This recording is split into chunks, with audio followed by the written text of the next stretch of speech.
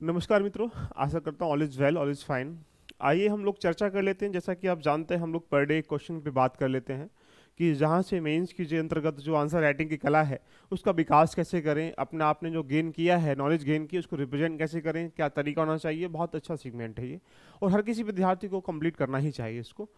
तो आप देख पा रहे हैं कि एक न्यूज़ आप लोगों के लिए जिसको लगता है कि प्रीलिम्स एक बहुत बड़ा टफेस्ट एग्जाम है, हालांकि है भी टफेस्ट एग्जाम, और डर लगता है आप मोटी मोटी फीस देने में नहीं दे पाते हैं और आपका बार बार प्रीलिम्स क्वालिफाई नहीं हो पा रहा है।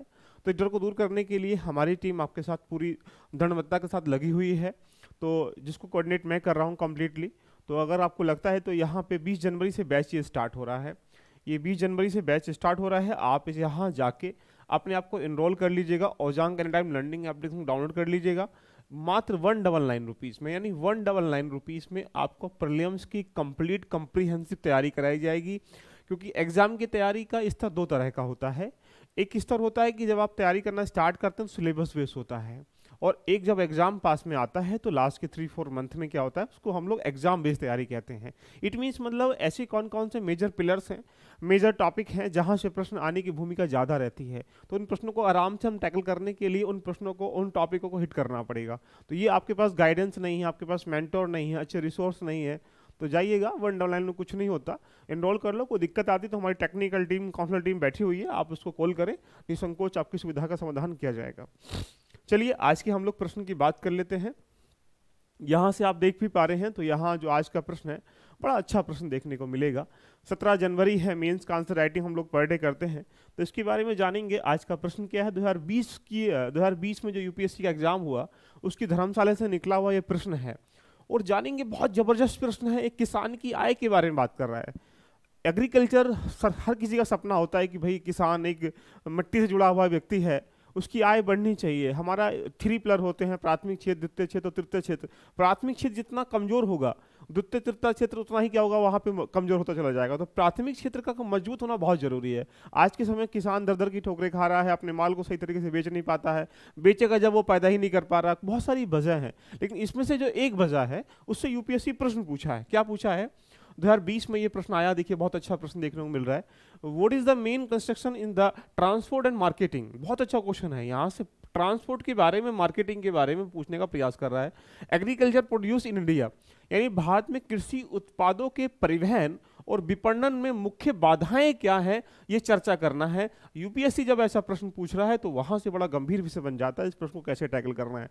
देखिएगा, बेसिक बात समझने के लिए अगर आप यहां देखें तो किसान पैदा अगर कर रहा है तो उस माल को बेचेगा कहाँ, स्थानीय मंडियों में बेचेगा, स्थानीय बाजारों में बेचेगा, या कहीं पे जो जिले स्तर की जो मंडियां होंगी जिसको सरकार ने एमएसपी के तहत लगा रखा। तो क्या सभी वस्तुओं पर या सभी उत्पादों पर क्या एमएसपी लागू है। उसके साथ एक ऐसा एरिया से जहां से पैदा कर रहा है उस वहां से निकाल के वहां तक ले जाने में जो परिवहन हो रहा है उसके लिए रोड क्या बाधाएं हैं, परिवहन क्या बाधाएं, ये पूछना चाह रहा है आपसे। साथ में ये जानना चाह रहा है अगर लेके चला भी गया तो वहां जो मार्केट है, वहां जो मार्केट में हो रहा है वहां क्या बाधाएं हैं। तो यहां प्रश्न की डिमांड को समझो। बात किसके सापेक्ष में कर रहा है, भारत के सापेक्ष में कर रहा है। किसके लिए कर रहा है, एग्रीकल्चर के सापेक्ष में कर रहा है। लेकिन किस लिए कर रहा है, यहां पे परिवहन और यहां पे विपणन, जिनको हम लोग मंडियां कहते हैं आज के समय में। तो यहां परिवहन के बारे में और मंडियों के बारे में डिफाइन करना है कि क्या क्या समस्याएं हैं। ये बाधाएं बोला है ना कि यहां पॉजिटिव बोला है। लेकिन ध्यान रखना यूपीएससी है, वो छोटी छोटी चीजों को इग्नोर मारता है और बाद में उसको चेक कर लेता है। राइट, चलिए हम लोग बात कर लेते हैं और कहानी को बड़े सिस्टमेटिक तरीके से समझते हैं। यदि आप इससे थोड़ा बहुत भी लाभान्वित हो पा रहे हो, आपके अंदर की तरंगों से थोड़ी बहुत भी पॉजिटिव वेव्स निकल पा रही हैं, आप अपने सुधारात्मक भावना में एक कदम भी रख पा रहे हो, that is my humble request. Please इस सारी चीज़ों को शेयर करिएगा, एक दूसरे तक पहुंचाइएगा और जानिएगा कि आंसर राइटिंग कैसे करते हैं। आप मोटी मोटी फीस देने के बाद भी इतना ज्ञान इकट्ठा नहीं कर पाएंगे। मैं ये डेफिनेटली कह सकता हूं कि बड़े बड़े कई जगह मैंने बड़े बड़े मंचों पे ध्यान रखना काम किया है, लेकिन मैं जानता हूं कि वहां से आपसे मोटी फीस लेने के बाद भी इतना कुछ नहीं करा जाता। तो मैंने सोचा कि क्यों ना मैं एक अफोर्डेबल तरीके से ध्यान रखना, बच्चों को फ्री ऑफ कॉस्ट तरीके से जो रियल नॉलेज है। आज के इस भौतिकतावाद के युग में हम लोग अपने आप को झोंक चुके हैं उन भट्टियों में जहां से जो निकलता है वो राख ही निकलती है। तो मत झोंकिएगा दोस्तों, थोड़ा समझिएगा, थोड़ा सा सहज हो जाइएगा, थोड़ा रुकिएगा, सोचिएगा, तब जाके अपने आप को झोंकना उन भट्टियों में। चले, क्या मांग रहा है देखिए, प्रश्न की डिमांड क्या है। सबसे बड़ी बात, एग्रीकल्चर का मोदी सरकार भी आई, मोदी सरकार ने कहा किसानों का आय को दुगना करेंगे, लेकिन अभी तक दुगने की बात तो बहुत दूर है कि यहाँ 1-2%, 3%, 10% भी नहीं बढ़ा पाएगी। क्या कारण है, ये लंबा विषय है। एग्रीकल्चर टॉपिक में पढ़ाऊंगा, वहाँ समझ में आ जाएगा कि किसानों की आय क्यों नहीं हो पा रही। इसमें किसान भी कहीं ना कहीं जिम्मेदार है और सरकार भी जिम्मेदार है। दोनों ही पक्षों पे हम लोग बात करेंगे खुल के। लेकिन अभी हम लोग बात करते हैं यहाँ पे थोड़ा कृषि के बारे में, एग्रीकल्चर के बारे में डिफाइन कर दो इंट्रो के रूप में, एग्रीकल्चर है क्या, यहाँ इंट्रो दे दो इसको। नंबर 2, इसमें जो बाधाएं आ रही हैं, तो क्या कौन कौन सी बाधाएं आ रही हैं, 2 बाधाओं के बारे में काम करना है आप में। जो समस्याएं हैं, जो प्रॉब्लम है, उन प्रॉब्लम में 2 के बारे में बात करना है। एक तो परिवहन के बारे में बात करना है, ट्रांसपोर्ट के बारे में बात करना है। नंबर 2, यहाँ पे जो विपणन है, जो मार्केट है, वहाँ पे क्या समस्याएं पैदा होती हैं, वहाँ उसकी मार्केटिंग के बारे में, मार्केट के बारे में, बाजार के बारे में बात करनी है। और तीसरे पॉइंट में यहाँ थोड़ा सा निष्कर्ष दीजिएगा कि क्या करें जिससे सुधारात्मक चीज़ें बेहतर हो जाए, क्या कंक्लूजन होना चाहिए, इसके बारे में आप दिखा देंगे तो उसको कुछ चीज़ें दिमाग में बन जाएंगी। इट मीन्स मतलब ये प्रश्न जो है 3 से 4 पॉइंटों की डिमांड करता है। जिन बच्चों को नहीं पता तो विजेंद्र सर ऑफिशियल चैनल है टेलीग्राम का, Vijendra sir official Telegram channel है, जाके इसमें जुड़ जाइएगा। बहुत कुछ चेंज होने वाला है, बहुत कुछ मिलने वाला है। इस प्रश्न को भेजना क्या है, आने वाले समय में आपको लाइव चीज़ें मिलेंगी देखना। मैं आपसे इंट्रोड्यूस करूंगा कैसे आपकी जो समस्या उनको निवारण कैसे किया जाए, सारी बातें करेंगे, बट आप जुड़े रहिएगा मस्ती के साथ। आइए हम लोग एग्रीकल्चर से पहले वाले पॉइंट से बात कर लेते हैं। देखिए भारत में जो जीडीपी का जो इस समय कृषि में योगदान है, लगभग कहा जाए 17% के आसपास है, जबकि भारत की लगभग 55% से अधिक जनसंख्या इस जो आबादी है इस पर निर्भर रहती है। सोचिएगा, जिस घर में आने का 17 रुपये हो रहा हो, खाने के लोग 15 रुपये खर्च हो रहे हो, तो बाकी कहाँ जाएगा। तो आपके दिमाग में बन जा रहा होगा कि कहीं ना कहीं समस्याओं का सामना करना पड़ रहा है। क्या समस्याएं हैं, उत्पादन से लेकर बाजार तक जाने तक, उसको बिक्री तक किसान सामना करना पड़ रहा समस्याओं का। इसलिए किसानों की आवाज़ उठाने के लिए आपने देखा होगा बहुत सारी चीज़ें होती रहती हैं, लेकिन हम यहाँ से स्टार्ट करेंगे। भारत की जीडीपी में इसको लिख सकते हैं सकल घरेलू उत्पाद, कृषि का योगदान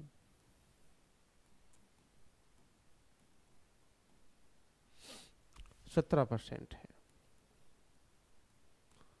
और भारत की आबादी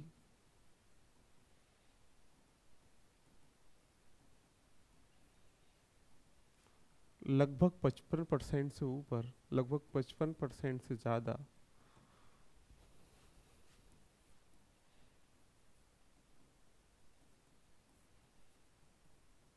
कृषि पर निर्भर है। यहां से इतना दे देंगे तो आपने 2 आंकड़े उसको दे दिया। एक तो जीडीपी के अंतर्गत भी बता दिया कि जीडीपी का 17% क्या है, इसमें जीडीपी के सापेक्ष में बता दिया, और यहां से ये भी बता दिया कि इस पर डिपेंडेंसी कितनी है लोगों की। और आगे लिखेगा किसान उत्पादन के उपरांत या उपरांत उत्पादकों को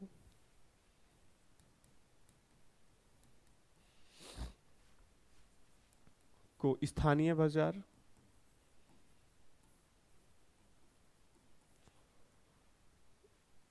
या मंडियों में, इनको समितियां कहते हैं, मंडियों में ऐसे एमएसपी के तहत विक्रय क्रय कर सकता है।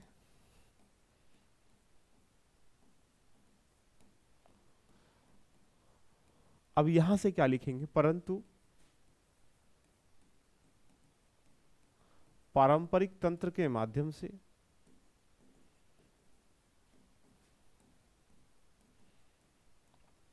इस चक्र में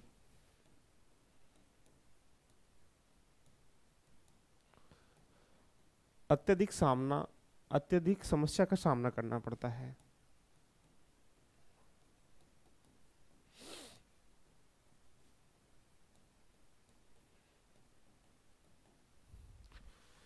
जिसमें परिवहन एवं विपणन समस्या प्रमुख है, समस्या भी प्रमुख है। ये जब आप उसको दे देंगे तो क्या होगा, उसके सामने एक इंट्रोडक्शन की थीम सी बन जाएगी कि हाँ इस बच्चे के अंतर्गत 3-4 लाइनों में इतना दिखा दिया कि नॉलेज की तो कमी है नहीं और रिप्रेजेंट करने की भी कमी नहीं है। लाइक जैसे जीडीपी को रिप्रेजेंट कर दिया, इकोनॉमिकल एस्पेक्ट से जोड़ लिया, यहाँ 55% से अधिक आबादी निर्भर करती है। इसका मतलब आप इसके ढांचे को भी जानते हैं कि हाँ सेंसस कितना है, क्या कंडीशन है, कितने लोग निर्भर हैं, तो आपने इसकी सिचुएशन को भी बता दिया।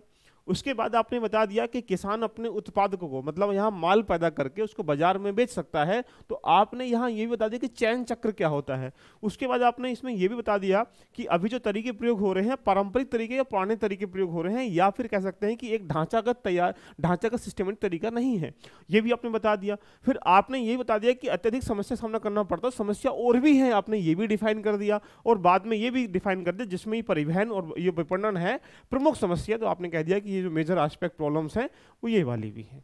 सोचो क्या चाहिए उसको, दिल निकाल के दोगे क्या, दिमाग दे दो, इतना ही काफी है ना। तो यहां से इतना लिखा। तो अब नंबर 2 पॉइंट पे चलेंगे, बाधाओं की, जो प्रॉब्लम की बाधाओं की बात करेंगे। तो बाधाओं को बड़े आराम से लिखिएगा। देखो, जब एक किसान यहां पैदा करता है, मान लीजिएगा उसने गेहूं को पैदा किया, और गेहूं को पैदा करने के बाद वो क्या करेगा, उसके पास ऑप्शन है कि भैया घर में तो रखेगा नहीं, तो क्या करेगा, यहां से माल को लेके बाजार में जाएगा जहां उसके रेट बढ़िया होंगे। जब जाने के लिए सड़क बढ़िया नहीं होगी, सुविधा नहीं होगी, उसके पास ट्रैक्टर नहीं है, उसके पास जाने की व्यवस्था नहीं, यहाँ से उसको मिल नहीं रहा है, मिल रहा तो महंगा मिल रहा है, और वहाँ रेट सस्ते हो रहे हैं तो वहाँ जा ही नहीं पाएगा। साथ ही हम ये देखें तो जाने के लिए यहाँ सड़कें खराब हैं, जाने के लिए यहाँ इतना हाई प्रोफाइल तरीके से खर्च हो रहा है कि लोग सोचते हैं कि क्या करेंगे जाके, इससे अच्छा यहीं भेज देते हैं। और भी समझने का प्रयास करें, यहाँ सुरक्षा नहीं है। अब कई जगह ऐसे हैं कि भैया लेट सवेर जाएंगे तो वहाँ चोरी डकैती का फल हो जाता है। तो ऐसी समस्याओं के बारे में पूछना चाह रहा है कि जो परिवहन की समस्याएं बताने का प्रयास करें। तो जब तुम यहाँ बाधाओं में आओगे तो यहाँ बहुत सारे एस्पेक्ट निकल के यहाँ आ जाएंगे, वो तुम्हारे दिमाग में ऑटोमेटिकली हो जाने चाहिए। तो यहाँ लिखेंगे कुछ प्रमुख परिवहन बाधाएं या परिवहन की बाधाएं या ट्रांसपोर्ट की समस्याएं। 3-4 पॉइंट में दे दो, इतना ही काफी है उसके लिए जो आपको बता दो। पहली बाधा क्या है कि बाजारों से ग्रामीण तक जो यहाँ पे संपर्क है वो खराब है। तो लिख दीजिएगा कि बाजार से ग्रामीण का संपर्क जो है उसकी स्थिति ठीक नहीं है। संपर्क मतलब ट्रांसपोर्ट करने वाली सड़कों की। उसके बाद यहाँ जो सिस्टमेटिक तरीका है वो खराब आपूर्ति है, खराब आपूर्ति श्रृंखला है। उसका एक टाइम है कि 8 से 10 बेचेंगे, बाजारों को निर्धारित समय होता है। किसान उस समय, तुमने देखा होगा गांव में जो बिजलियां आती हैं, गांव में कब आती है बिजली, जब रात में आती है, बच्चा किसान आराम कर रहा होता है। तो समस्या क्या, बहुत बड़ी समस्या, इसके पीछे लॉजिक भी है लेकिन समझेंगे पहले। और इसमें क्या होगा, यहाँ सबसे बड़ी समस्या यह है, मंडियों में आप जाते हैं जब, जो अभी इस समय शीत ऋतु चल रही है मान लेते हैं, तो शीत ऋतु में किसान वहां जाके अपने माल को रखेगा कहाँ, किसान रहेगा कैसे। तो यहाँ या वर्षा हो रही है, तो मतलब ये है कि परिवहन के साथ साथ यहाँ सुविधाओं का अभाव है, कि सुविधाओं की कमी है, इसलिए वहाँ लोग अपने माल को नहीं बेच पाते हैं। और एक दो एग्जाम्पल बताइएगा। इसके साथ साथ जो और भी हम कह सकते हैं, जो हमारे पास परिवहन तंत्र है या खराब परिवहन है, उसकी भी एक क्या है, एक समस्या है। तो कुछ यहां से कह सकते हैं असुरक्षा की भावना। और भी तुम लिख सकते हो यहां पे जान माल की हानि। ये देखिएगा, ये सारी क्या है, बाधाओं को तुमने एक सिस्टमेटिक बेसिस सजा दिया, तो उसको लगेगा कि हाँ भाई ज्ञान की और टेक्निक की लिखने की इसके पास बहुत सारे आराम से। अब यहाँ नंबर 2 पे आ जाएंगे, विपणन की जो बाधाएं हैं, जो मार्केटिंग की सिचुएशन है, उनको लिख दीजिएगा क्या क्या वहां समस्याएं हैं। लिखो, कई सारे पॉइंटों में लिखो, तुम सब जानते हैं, पृष्ठभूमि हो या ना हो लेकिन आप लोग जानते हैं। एक प्रकार से जो माल आपने पैदा किया उसका उचित दर मंडियों में नहीं मिल पाता है। तो यहां से हम कह सकते हैं कि उचित लागत नहीं मिल पाने के कारण भी ये एक बाधा है, या उच्च लागत या रसद लागत ना मिलने के कारण ये भी क्या है, ध्यान रखना, वहां बाधा बनी है। लोग यहाँ माल लेके जा ही नहीं पाते हैं, क्या करेंगे जब वहां है इतना सस्ता। तो उसके बाद एक औपचारिक कृषि बाजार नहीं है नियमित तरीके से, 20, 50, 100 किलोमीटर के दायरे में है, जबकि ये कहा जाता है कि 5 किलोमीटर 10 किलोमीटर दायरे में, प्रत्येक दायरे में 5 किलोमीटर बाजार या मंडियां होनी चाहिए। तो एक किसान 50 किलोमीटर अपने माल को लेके जाएगा तो बड़ी समस्या हो जाती है। तो यहाँ कह सकते हैं कि जो बाजार की श्रृंखला है बड़ी कमजोर है, बाजार की जो श्रृंखला है वो क्या है, कमजोर है।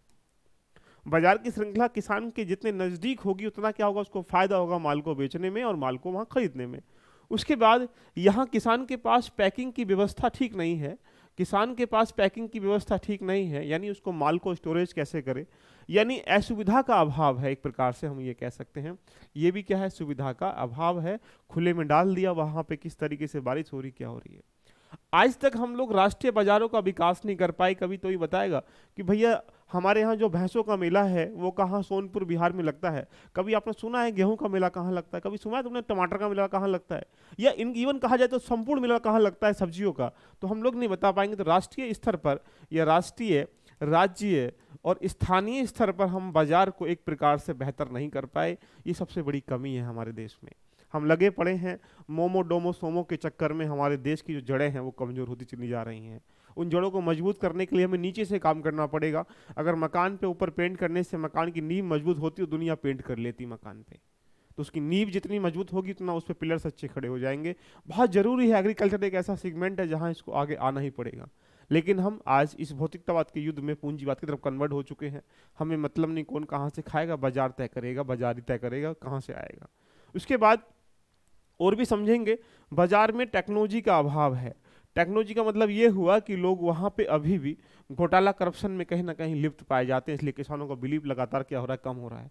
तो कुछ ऐसी समस्याएं हैं जो यहाँ से विपणन की समस्याओं को आप तुम लिखोगे ओपनली तरीके से। और भी हो सकते हैं कि वहाँ कदाचार की भावना है, व्यवहारिक तरीके से गलत की जाती है, यानी कह सकते हैं कि उनका व्यवहार जो है वो ठीक नहीं है वहाँ पर जब माल को लेके जाते हैं किसान के प्रति। आपने देखा होगा जब भी गवर्नमेंट मंडियाँ खुलवाती है गेहूँ को खरीदने के लिए, तो आप देखते हैं वहाँ तानाशाही, करप्शन, ये घोटाला, ये सब पनपता है यहाँ से। तो वहाँ पे मानक ठीक ना होने के कारण, प्रशासनिक अमला उसमें इन्वॉल्व होने के कारण, या किसानों की जो चीज़ सिस्टमेटिक तरीका है वो उन्हें जानकारी नहीं है, अवेयर नहीं है, तो कुछ ऐसे कारण जो मंडियाँ हैं एक धंधा बन चुकी है करप्शन का, देखा जाए तो यहाँ आप विपणन की बाधाओं को जब लिखेंगे तो उसके दिमाग में थोड़ी सी फिल्म नहीं, बहुत आराम से बढ़िया फिल्म बन जाएगी कि इस बच्चे ने बहुत आराम से चीज़ों को मैनेज किया है।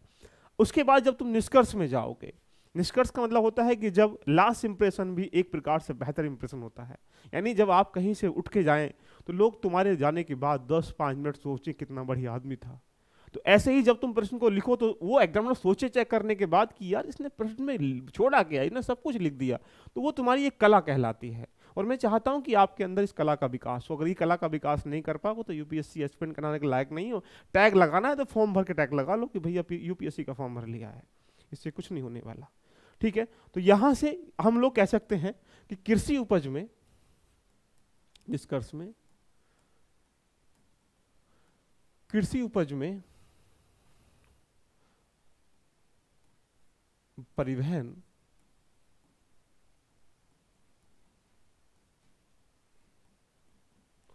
विपणन,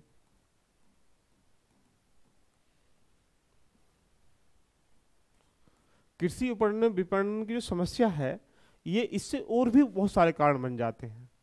जैसे एग्जाम्पल समझिएगा, एक आदमी को माल यहाँ से लेके जाना है तमिलनाडु, देखेगा परिवहन ठीक नहीं होगा, बहुत लेट पूछेगा तो उसका माल क्या हो जाएगा, खराब हो जाएगा। यही होता है ना, टमाटर कभी कभी 2 रुपये 5 रुपये किलो बिक जाता है, क्यों, खराब हो चुका है, निकालो इसको, फिर क्या करेंगे रख के। तो यहाँ उपज में परिवहन विपणन की जो समस्या है,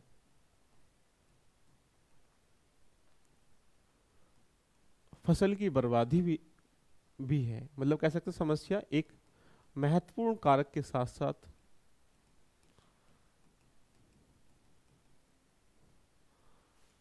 फसल की या माल की बर्बादी भी है, जिसका प्रभाव छोटे किसानों पर ज्यादा पड़ता है।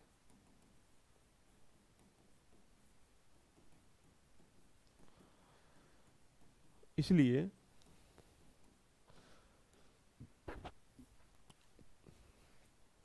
तकनीकी तंत्र को बेहतर करते हुए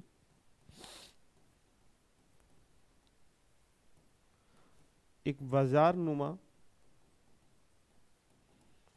श्रृंखला का विकास करना होगा,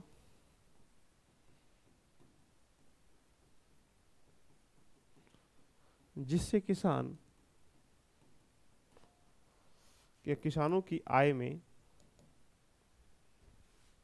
इजाफा होना प्रारंभ हो, इजाफा या किसान अपनी आय में वृद्धि करने की तरफ अग्रसर हो, वृद्धि करने की तरफ अग्रसर। जब आप उसको इतना दे देंगे तो यहाँ से एक प्रकार से कह सकते हैं कि तभी समावेशी विकास की जड़ें जो हैं मजबूत हो पाएंगी और भारत एक समृद्ध देश कहला पाएगा। इतना और ठोक दो उसके पीछे, समझ लिया कि उसने किसानों की बात के साथ समावेशी विकास की बात कर ली है और समावेशी विकास के साथ साथ इसने समृद्ध देश की भी बात कर ली है। तो दोस्तों कैसी लगती है आपको सीरीज, कमेंट करके जरूर बताइएगा। मुझे उम्मीद है कि आप यहाँ से थोड़ा बहुत भी अंश अगर पॉजिटिव ले पा रहे हैं तो आज आपके हाथों की जो रेखाएं हैं, आपके हाथों के अंदर जो लिखा हुआ कमेंट, शेयर, ये जो सब्सक्राइब है, ये रुकना नहीं चाहिए। That is my humble request. देखते हैं कितने लोग मेरी बातों को मानते हैं। मिलते रहेंगे तो हम ग्रुप को भी एक जनरेट कर रहे हैं, आप आगे इसमें लगे रहेंगे तो हम इसमें एक 100 बच्चों का मैं प्लान सेट कर रहा हूँ जहाँ पे मैं बताऊँगा कि आंसर राइटिंग कैसे करनी है। वो मेरी कोर टीम में रहेंगे, वो मेरे साथ काम करेंगे, वो बेहतर आंसर लिखेंगे। आंसर लिखने की प्रक्रिया ये होगी, उनके आंसर भी चेक हुआ करेंगे। बहुत सारी चीज़ें चेंज होने वाली हैं, बट आप जुड़े रहिएगा, बने रहिएगा, प्यार देते रहिएगा, बहुत कुछ बेहतर होने वाला है। बस निसंकोच अपनी तैयारी को कभी कमज़ोर मत होने देना, क्योंकि अब आपके साथ मैं खड़ा हूँ। तो इसलिए शेयर करिएगा, सब्सक्राइब करिएगा और साथ में कमेंट भी करिएगा। इसको लिख के भी मुझे भेजिएगा ग्रुप के माध्यम से, फिर हम लोग एंजॉय करते हैं नेक्स्ट सेशन में। All the best, love you all, bye bye, take care.